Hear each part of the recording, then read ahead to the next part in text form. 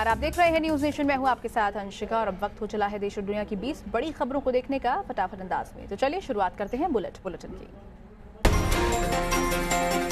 मुंबई से सटे थाने में एक चलती कार में अचानक आग लगने से हड़कंप मच गया। तस्वीरों में आप देख सकते हैं कि कैसे कार धू धू कर जल रही है। जिस वक्त ये हादसा हुआ उस समय कार में सिर्फ ड्राइवर मौजूद था। हालांकि गनीमत रही कि जान बचाकर ड्राइवर बाहर निकला, नहीं तो बड़ा हादसा हो सकता था। घटना मुंबई नासिक हाईवे पर हुई। लोगों ने आग लगने की जानकारी फायर ब्रिगेड को दी। इसके कुछ देर बाद फायर कर्मी मौके पर पहुंचे, जिसके बाद आग पर काबू पाया गया। आग इतनी भयानक थी कि कार पूरी तरह जलकर खाक हो गई। मध्य प्रदेश के आगरमालवा जिले में एक पिकअप वैन अचानक धू धू कर जलने लगी, जिसके बाद आसपास अफरा तफरी का माहौल पैदा हो गया।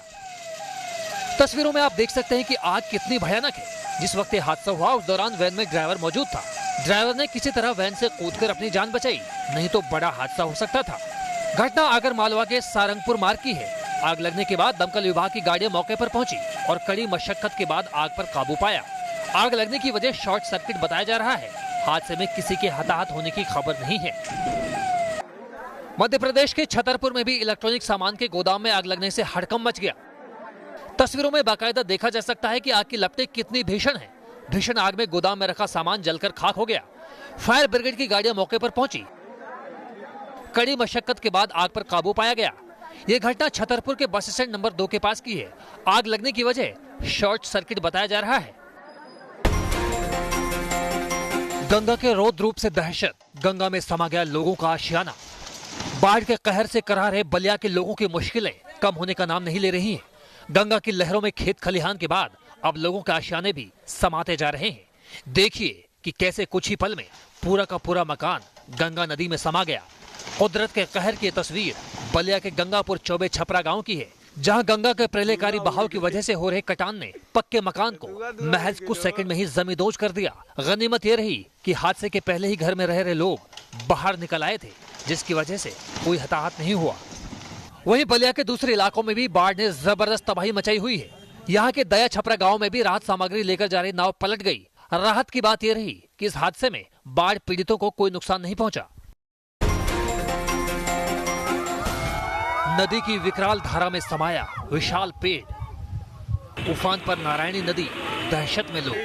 यूपी के कुशीनगर जिले में बाढ़ से लोग बेहाल हैं। कटान के बाद नारायणी नदी में समाते इस पेड़ को देखिए और कुदरत के कहर का अंदाजा लगाइए। कुशीनगर के लक्ष्मीपुर में नारायणी नदी के रौद्र रूप को देखकर हर कोई दहशत में है।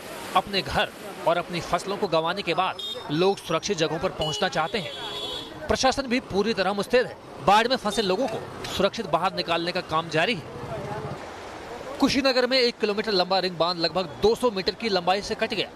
नारायणी नदी की धारा विकराल होती जा रही है। इलाके के लोगों में गुस्सा है कि प्रशासन उनके लिए मदद नहीं भेज रहा। रात से ही लोग गांव छोड़कर अपना सामान, बच्चों और महिलाओं को लेकर सुरक्षित जगहों पर जा रहे हैं। सैलाब में डूबा बिहार, घर बार सब बर्बाद।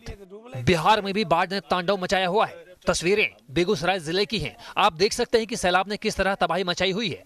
लोगों के मकान, दुकान सब डूब गए हैं।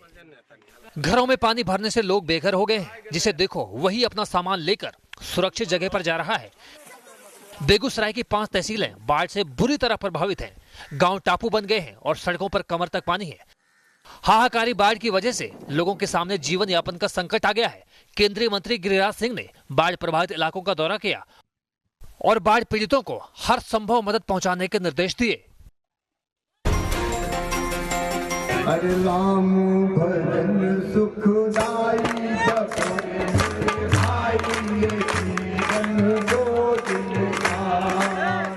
मध्य प्रदेश के पूर्व मुख्यमंत्री शिवराज सिंह चौहान ने बाढ़ पीड़ितों को सरकारी मदद दिलाने के लिए मंदसौर में धरना दिया। इस दौरान रात्रि जागरण और भजन कीर्तन का भी प्रोग्राम था, जिसमें शिवराज सिंह चौहान ने भजन गाकर रात्रि जागरण की शुरुआत की।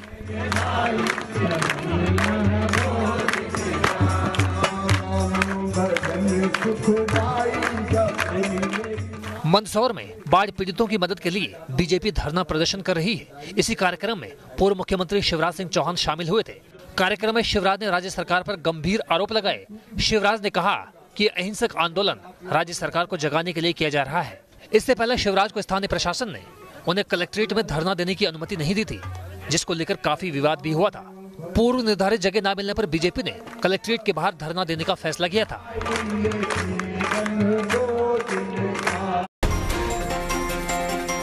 राजधानी दिल्ली में इन दिनों बदमाश बेखौफ होकर घूम रहे हैं। बाइक सवार 2 बदमाशों ने दिन दहाड़े कार में सवार महिला की गोली मारकर हत्या कर दी। तस्वीरों में दिख रहा है कि लाल रंग की कार में महिला जैसे ही बैठी, कार के पीछे पहले से खड़ी बाइक पर से उतरकर एक बदमाश कार के पास आया और उसने शीशा तोड़ दिया। महिला ने कार को भगाने की कोशिश की, लेकिन बदमाश ने महिला के सिर में गोली मार दी और आराम से बाइक पर सवार होकर फरार हो गया। वारदात पटपड़गंज इलाके में शनि मंदिर के पास शनिवार सुबह करीब 6:15 बजे हुई। बताया जा रहा है कि जगतपुरी में रहने वाली महिला के पति को किडनी की समस्या थी और दोनों कार से वैशाली के निजी अस्पताल में डायलिसिस के लिए जा रहे थे। रास्ते में पति शनि मंदिर में दर्शन के लिए उतरे और महिला कार में बैठ गई। उसी दौरान बदमाशों ने वारदात को अंजाम दिया। पुलिस मामले की जांच कर रही है। यूपी की राजधानी लखनऊ का कैंट इलाका शनिवार रात गोलियों की तड़तड़ाहट से गूंज उठा। कार से बदमाशों ने घर जा रहे दीपू की बाइक को ओवरटेक किया और उसे गोली मार दी। ताबड़तोड़ फायरिंग में दुकान पर काम करने वाला नौकर पुष्पराज भी घायल हो गया। गोली लगने के बाद दीपू को ट्रॉमा सेंटर ले जाया गया, जहां इलाज के दौरान उसकी मौत हो गई। वारदात की जानकारी मिलने के बाद SSP Kalanidhi Naithani trauma centre पहुंचे और घायल नौकर से पूछताछ की। एसएसपी ने जल्द ही अपराधियों की गिरफ्तारी का दावा किया है। पूछताछ में पता चला है कि दुकानदार दीपू का सुबह कुछ लोगों के साथ मुफ्त में पूरी खाने को लेकर विवाद हो गया था, जिसके बाद नशे में धोते एक शख्स को दीपू ने थप्पड़ मार दिया। इस वारदात से इलाके में तनाव फैल गया है। लोग गुस्से में हैं, जिसे देखते हुए यहां भारी संख्या में पुलिस बल तैनात किया गया है। फिलहाल दीपू के शव को पोस्टमार्टम हाउस भेज दिया गया है और पुलिस की कई टीम आरोपियों की तलाश में जुट गई है। मध्य प्रदेश में खूनी संघर्ष, पुराने विवाद को लेकर 2 गुटों में झड़प। ये तस्वीरें एमपी के उज्जैन की है, जहां पुराने विवाद को लेकर 2 गुट आमने सामने आ गए और देखते देखते मामला इतना बढ़ गया कि दोनों पक्षों ने एक दूसरे पर हमला कर दिया।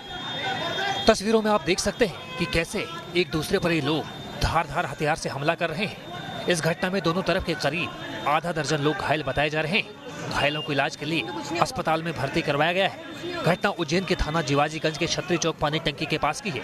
घटना के बाद इलाके में दहशत का माहौल है।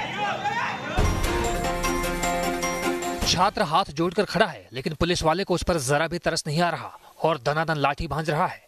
छात्र पुलिस वाले के पैरों पर गिर पड़ा, लेकिन पुलिस वाले पर तो जैसे पीटने का भूत सवार था। वो लगातार छात्र के पैरों पर लाठी से वार करता रहा।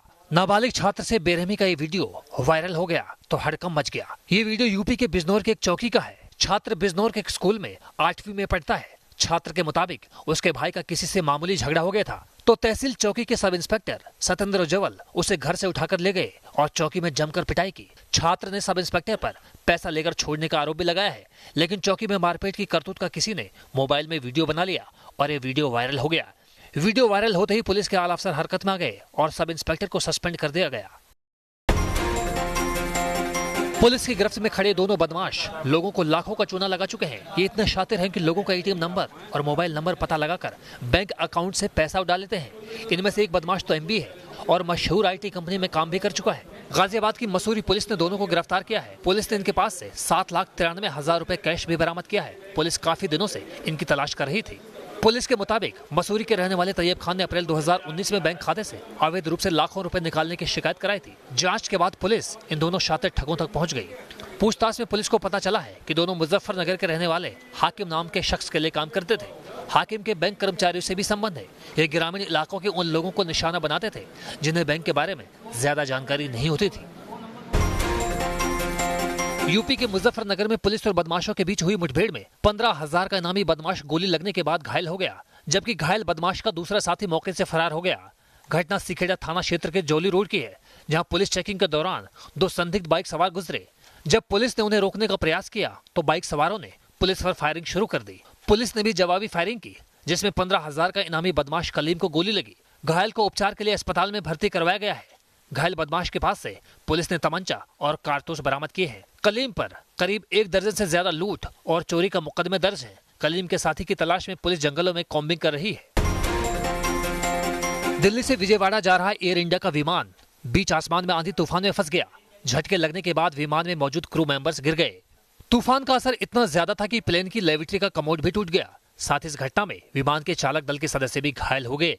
दरअसल एयर इंडिया की फ्लाइट AI467 ने दिल्ली से शाम 7:28 पर उड़ान भरी थी और उसे 9:40 पर विजयवाड़ा पहुंचना था। इसी बीच ये विमान खतरनाक तूफान की चपेट में आ गया। आसमान में इस आफत से विमान को भी नुकसान पहुंचा है। गनीमत की बात यह रही कि इस घटना में किसी यात्री के जख्मी होने की सूचना नहीं है। हालांकि हादसे के बाद एयर इंडिया ने मामले की जांच शुरू कर दी है ताकि भविष्य में ऐसी घटनाओं को रोका जा सके। बस ड्राइवर ने हेलमेट नहीं पहना तो उसका चालान काट दिया गया। मामला यूपी के नोएडा का है, जहां सफेद रंग की इस प्राइवेट बस के ड्राइवर का चालान कर दिया गया। चालान 11 सितंबर 2019 को ऑनलाइन भेजा गया है। इसमें साफ साफ लिखा है कि नो हेलमेट, यानी कि ड्राइवर ने हेलमेट नहीं पहनकर कानून का उल्लंघन किया है। जुर्माने की राशि 500 रुपए भी लिखी गई है। जब बस मालिक को ये चालान मिला तो वो हैरान रह गए। हेलमेट नहीं पहनने पर बस ड्राइवर के चालान का मामला उछला तो यातायात पुलिस ने पल्ला झाड़ लिया और गेंद परिवहन विभाग के पाले में फेंक दी, जिस पर परिवहन विभाग ने गलती सुधारने की बात कही है और कहा है कि सीट बेल्ट की जगह गलती से हेलमेट का जिक्र चालान में किया गया है। लेकिन इस मामले के सामने आने के बाद ट्रैफिक कानून फिर सवालों के घेरे में जरूर आ गए हैं, क्योंकि ये पहली बार नहीं है।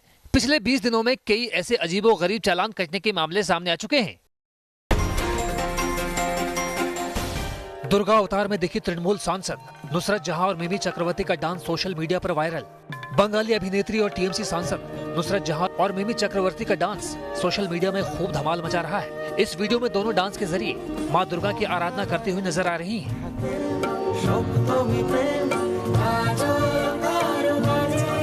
ये गाना दरअसल एक ब्रांड के कैंपेन का हिस्सा है। दुर्गा पूजा के लिए खास तौर पर एक गाना तैयार किया गया है, जिसका नाम आशे मां दुर्गा शे है। इस गाने को अभी से ही सोशल मीडिया पर 1 मिलियन से ज्यादा व्यूज मिल चुके हैं।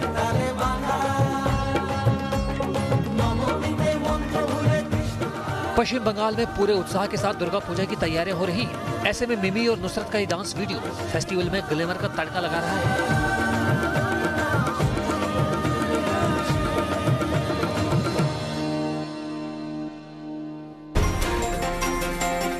महात्मा गांधी का जो विचार वो भारतीय जनता पार्टी का विचार है। कभी महात्मा गांधी के हत्यारे नाथुराम गोडसे को देशभक्त बताने वाली भोपाल की सांसद साध्वी प्रज्ञा सिंह ठाकुर आज महात्मा गांधी की मुरीद हो गई हैं। प्रज्ञा ठाकुर ने कहा कि जो महात्मा गांधी की विचारधारा है वही बीजेपी की विचारधारा है।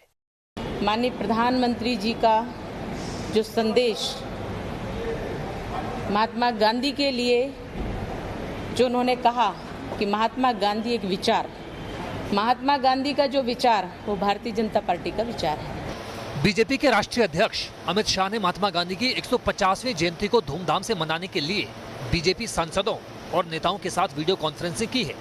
इस दौरान सभी नेताओं को जिम्मेदारी दी गई ताकि गांधी जयंती पर आयोजित होने वाले कार्यक्रमों को सफलतापूर्वक पूरा किया जा सके।